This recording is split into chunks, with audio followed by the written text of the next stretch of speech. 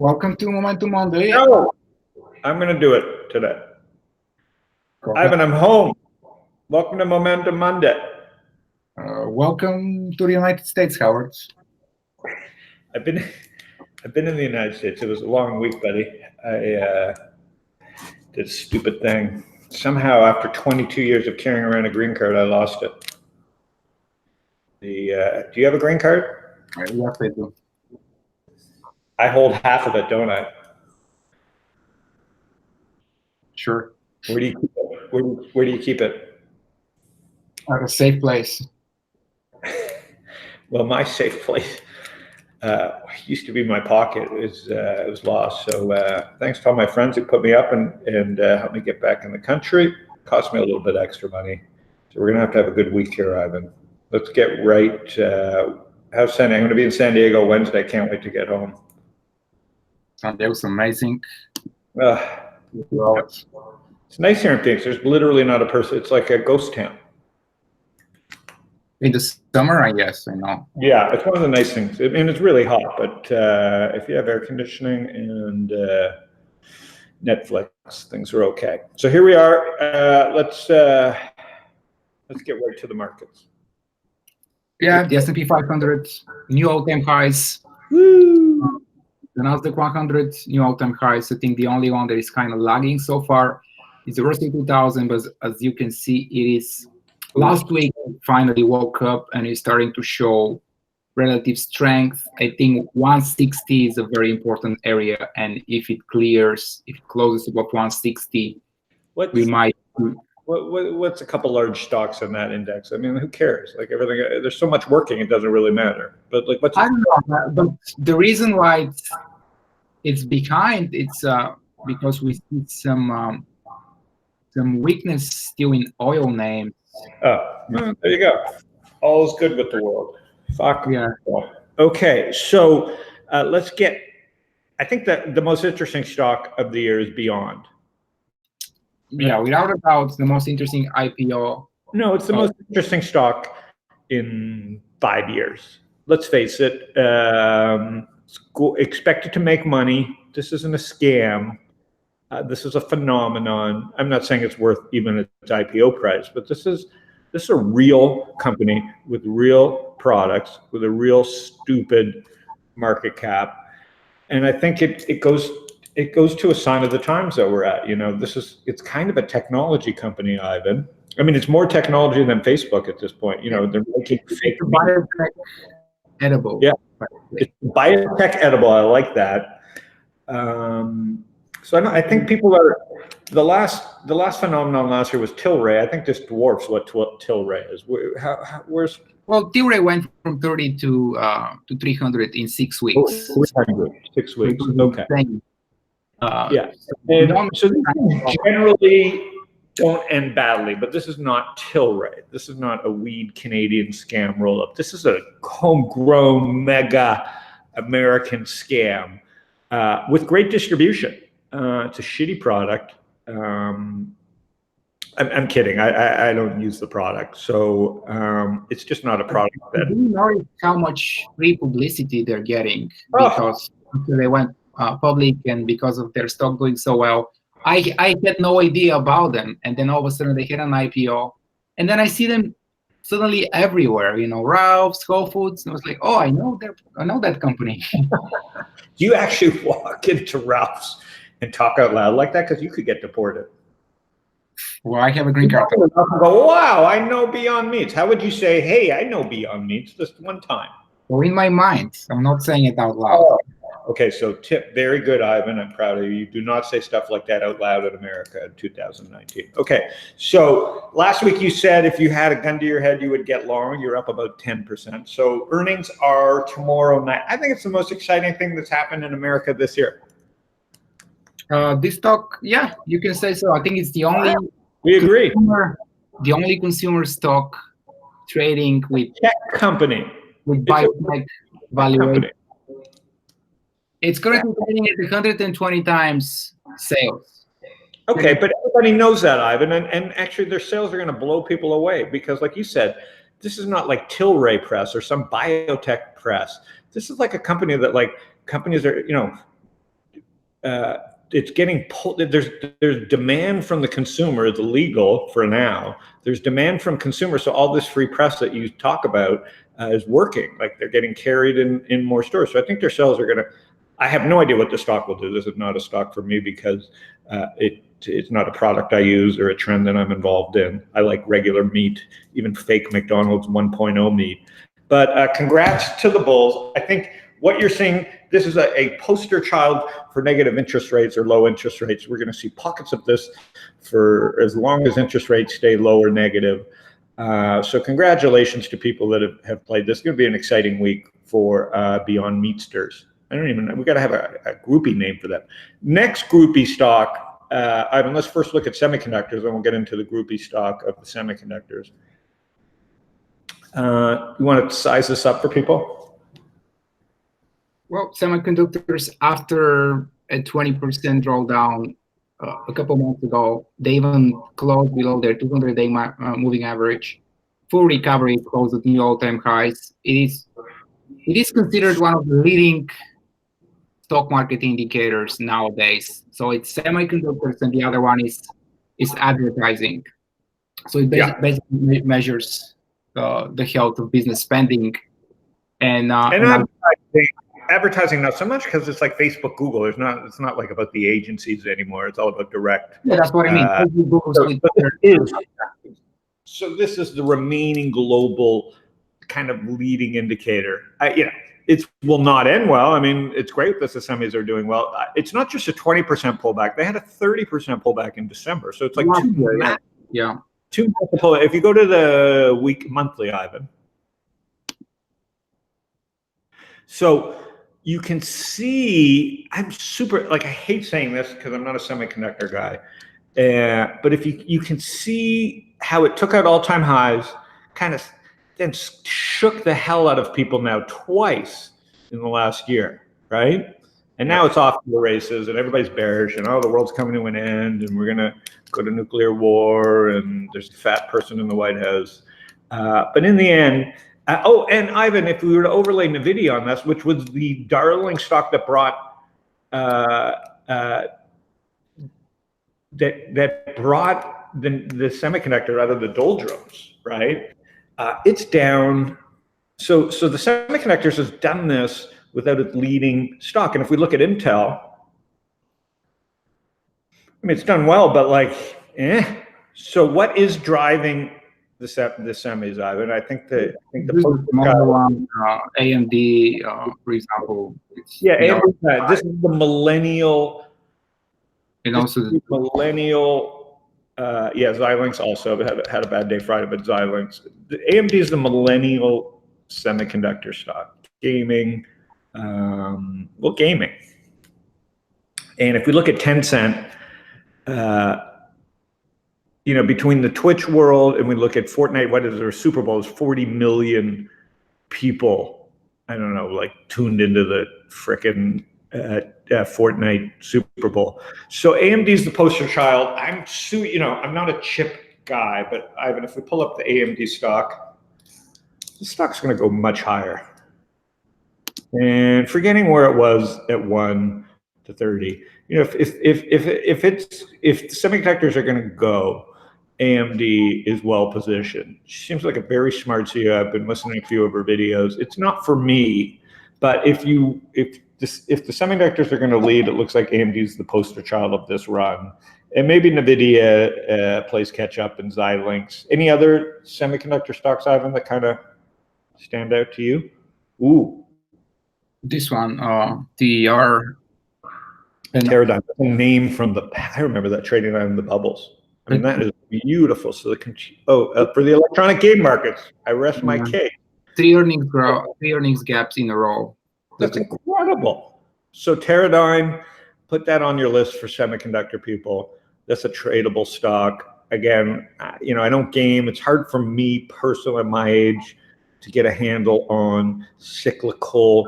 The gaming's not cyclical anymore. So that stock looks fantastic. Is that on our list? No, not yet.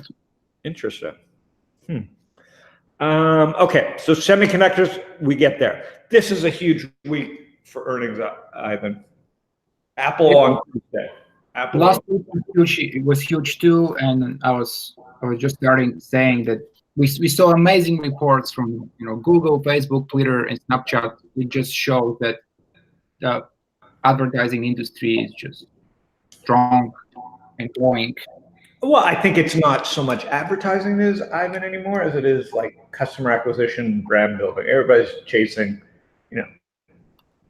I think marketing and advertising are going to be a huge advantage to those that know how to do it going forward because the pipes are getting clogged. But yeah, Trade Desk is probably the poster child. Ivan, you've got it up here, TTD. My friend Roger was the seed investor in this company back, I don't know, in 2014. It's now, what is this, a $12 billion company. Every ad tech person in the world tips their hat to this company as the exchange desk for I can't trade stocks like this because I don't understand the industry, but this is kind of like the CME and NASDAQ of advertising, from what I can tell. And the dips have been bought. I mean, beautiful. I remember trading it in December at 118. I should have held it. So Ivan, so ads. Let's take a look at Apple. Any intuition there, Ivan? No, I mean, I cannot predict anything. I doubt that Apple can surprise anyone at this point. I agree. So I don't think it'll do much to the market either way. So the next big one's Twilio on Wednesday, which I'm long. Twilio, it's looking amazing going into earnings. It's actually ranked #1 this week on the Momentum 50 list. I'd like to see that. Yeah, we've owned this for a long time. It's been biding time for the last 6 months with an upward kind of bias. I'm tempted to add some more here if it doesn't gap up after earnings. We'll see what the numbers are going to be. Great. It's an expensive stock, still an under-owned name. Nobody really understands how important this company, kind of like Trade Desk is to advertising. Twilio is kind of a middleware for developers for real-time communications, which to me is not really so much just communications, it's marketing and customer acquisition and e-commerce. So they're kind of a backbone middleware in there as a platform. So, but there's no room for disappointment. So you have to, the entry points here aren't as great as they were, 7-8 months ago, a year ago. Okay, next up, Shopify. Super bullish on Shopify. They've carved out their own niche. No one seems to talk about them, which I like. But again, not cheap. It's trading at 60 times, 70 times forward earnings. But I'm holding. Don't expect any surprises, good or bad, but never know. And then Etsy. Oh, sorry. So that was Shopify. Sorry. What was I? Yeah. You already covered Shopify. So Etsy, yeah, you're correct. Yeah. So Etsy, sorry. Etsy's the one that's super interesting, right? Survived in an Amazon world. Very, very underowned in the e-commerce space, but also like Shopify, just massively, it's priced for perfection. So it's hard for me to get super excited about that. Let's hunt for some new names, Ivan. What's showing up for you? One of the new stocks on the Momentum 50 list is this one, BAND, but they also report next week. Look at that beautiful base here that it's been stuck between 70 and 80 for the past couple months. And here's the weekly perspective. I mean, not making money though. They're all stretched at this point. Wow. Okay. And what else? The CSII, which I've been long for a little bit, kind of broke out. Yeah, and then he pulled back. Never mind. This is not a tech stock. I mean, it's medical equipment, cardiovascular, limb amputation. I've been calling around to doctors. No one's heard of it. Yeah, this one is interesting. Also, recent IPO. I think they report earnings in a couple weeks. Well, this whole genomic space is heated up. This Guardant Health is a huge SoftBank company, I generally don't trust SoftBank once they see stocks get into the public market. If we look at iRobot, which they took a huge piece at $105 a share, where's it trading now? 75. So I don't really trust SoftBank on the cap table once these companies are public, because they're just so big. Okay, what else? So Garden Health, you like? Anything else show up on our? There are a few stocks on the list. I personally think Twitter had a major breakout last week. Right, so go through it. I've gotten this completely wrong, so go through it. Yeah. And I mean, I would love to get it on a slight pullback if it gives the chance. I feel like the world is giving Twitter a pass here, and it's, you know, it's not exciting because they're not executing that great, but I think I got shaken out after, at last earnings call, I got super bullish, and somehow mid-quarter, the stock just kind of shook me out back there in the 35s. And sure enough, I don't think it was a great quarter, Ivan, but I do agree with you. It's going higher. They've got the wind of the election behind them. It's just all kinds of nonsense on the platform. But still, the most important conversations combined with the most inane conversations are happening in North America on Twitter. And that's just good. They have the attention and they're growing. So I agree with you. I think so. That showed up on the list. I think Chipotle has been an interesting comeback story. Yeah, absolutely. Broke out to new all-time highs, and now it's setting up new all-time highs. Look at this. So it's definitely David Ackman's year, since he's a big investor in both Chipotle and Starbucks. And Starbucks. Yeah, listen, not a tough guy. Everybody had forgotten about him a year ago, including, you know, I wasn't that excited that he had bought Starbucks. I kind of swapped Starbucks for McDonald's. I think the real winner in restaurants has been Chipotle's. Not so much for execution as so much as just, you know, it was a great company, and they finally got through their disaster a couple of years in the desert, and they have a lot of operating leverage because they do one thing well. And I don't know about same store sales. I don't eat there as much, so it's hard for me. Whereas if I look at McDonald's, Ivan, their same store sales were amazing, like 10%. Yeah. Just I'm not a user as much. I think the surprising thing for me with McDonald's, and I sold a little this week, is it was just blowout numbers. Right? Look at that. They're gonna, you know, I mean, they're not growing like insane, but you know, for a company that's kind of become a tech company wrapped around food, I feel like this is the company that people misunderstand. If we look at Domino's, Ivan, they were the first, and I think they benefited the most because they had built out. If we go back to a monthly, they had built out their own app, and I think they're suffering now is that McDonald's, Chipotle's, Starbucks more than any of them because they've built their own app too, and I've seen it in action, and it's phenomenal. But McDonald's and Chipotle's are getting the benefit of DoorDash, Grubhub, etc. And so they haven't had to build out as much tech. They're getting the benefit of all that distribution and marketing from the Postmates Ubers of the world. So restaurants have been a great place to be. They're acting phenomenal. Domino's makes sense that it's digesting because everybody's playing catch up with their lead in distribution and technology. And so that space is interesting. Enterprise software, Ivan, still? It's still the hottest area. We continue to see strong breakouts, and actually many of them are now running higher in front of earnings. So expectations are very high. So I would not be surprised to see gap downs on earnings, but it seems deep buyers are very eager to step in and buy those gap downs. Yeah.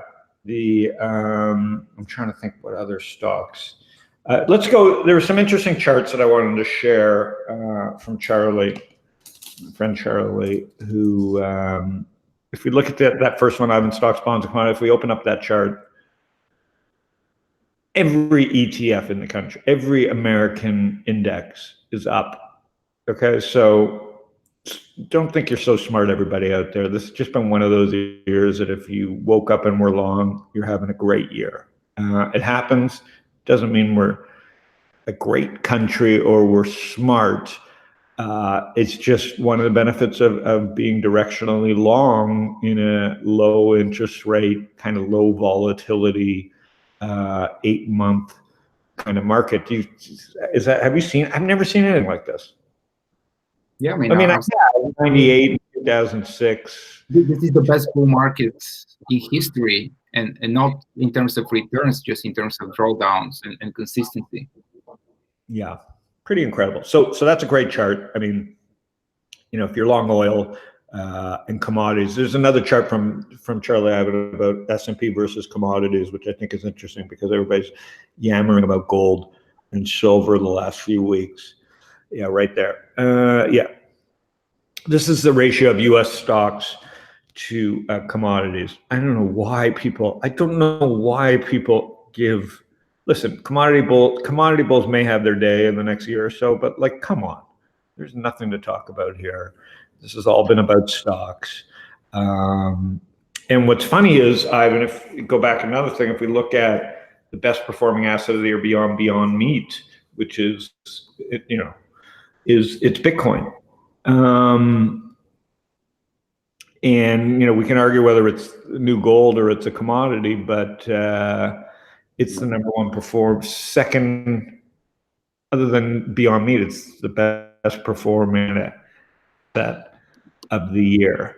And that's even after a 30% drawdown right now. So it's in a 30+% drawdown, still the best performing asset of the year. So it's just been one of those years. We go back to Charlie's stream. We also have the US dollar at weekly closing all-time highs, Ivan.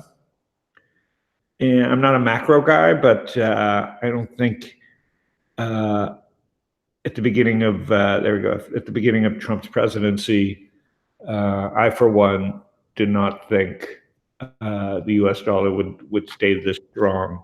So I don't know what it means overall, but this has a lot of people surprised.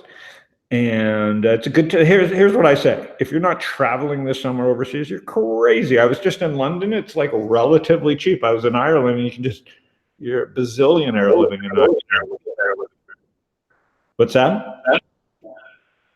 Yeah, the euro definitely is down a lot against the dollar. So down. I was staying at great hotels in London for nothing.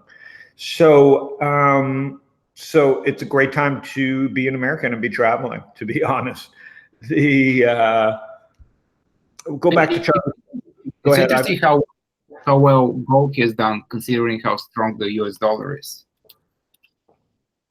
I mean, has it really, though?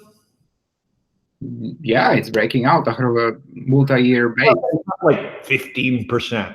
I mean, in a world that's got this much fear in it, and this much skepticism and pessimism, I don't know. Gold's stupid. Okay, Bitcoin's the play. I mean, one more I'll go through from Charlie that I thought was interesting is right there. Well, two more. All this talk about how great the economy is.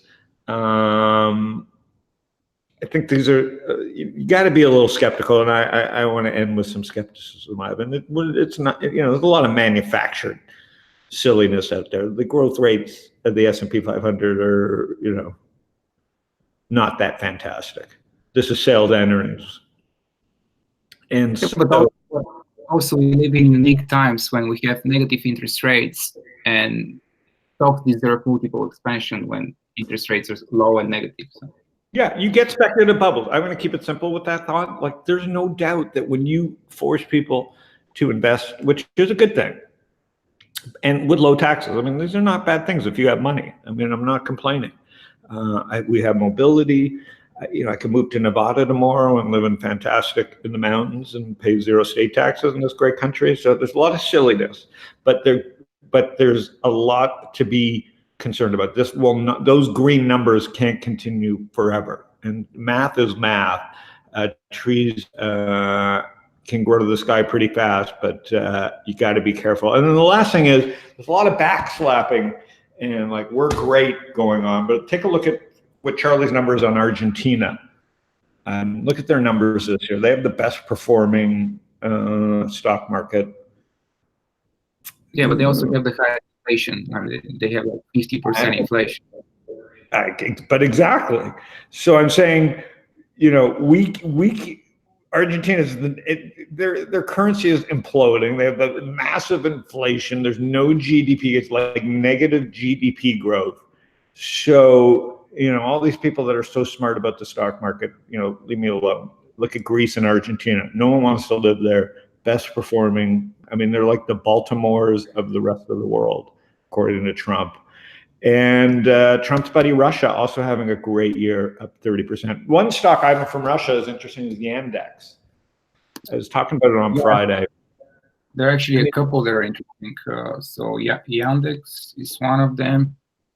Looks like it was then pulled back. It's just like got that like it's hard to imagine an internet company breaking out in Russia, and it didn't. Putin put like a collar on it or something. I was talking about it on Friday. I mean, that is a major breakout. That is the Google search engine of Russia. Yeah, so, and then the other one that looks interesting is Kiwi. And what's this? Also, it's a Russian payment processor. Very interesting. Is that the tick? What's the ticker symbol, Ivan? Kiwi. KIWI. Operates electronics and what's the CI? I'm very interested in it. Okay. And payment stocks continue. You know, we've been long PAGs.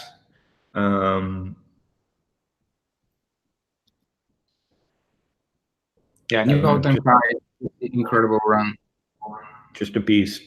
You know, it's, you know, don't chase it up here, but I'm enjoying this ride. One last one, Ivan. Spotify earnings this week. Wednesday, they're a European company, obviously, so they're going to report before the open. You know, I've got some I'm near and dear to my heart. Love this product. Live on it. Much like Netflix now with Disney and everybody after them, Spotify's surviving in a world of gangsters.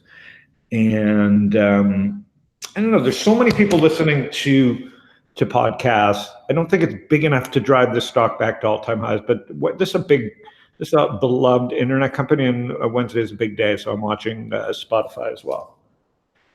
Okay, I'm worn out. And we did that. All right, have a great week. All right, you too.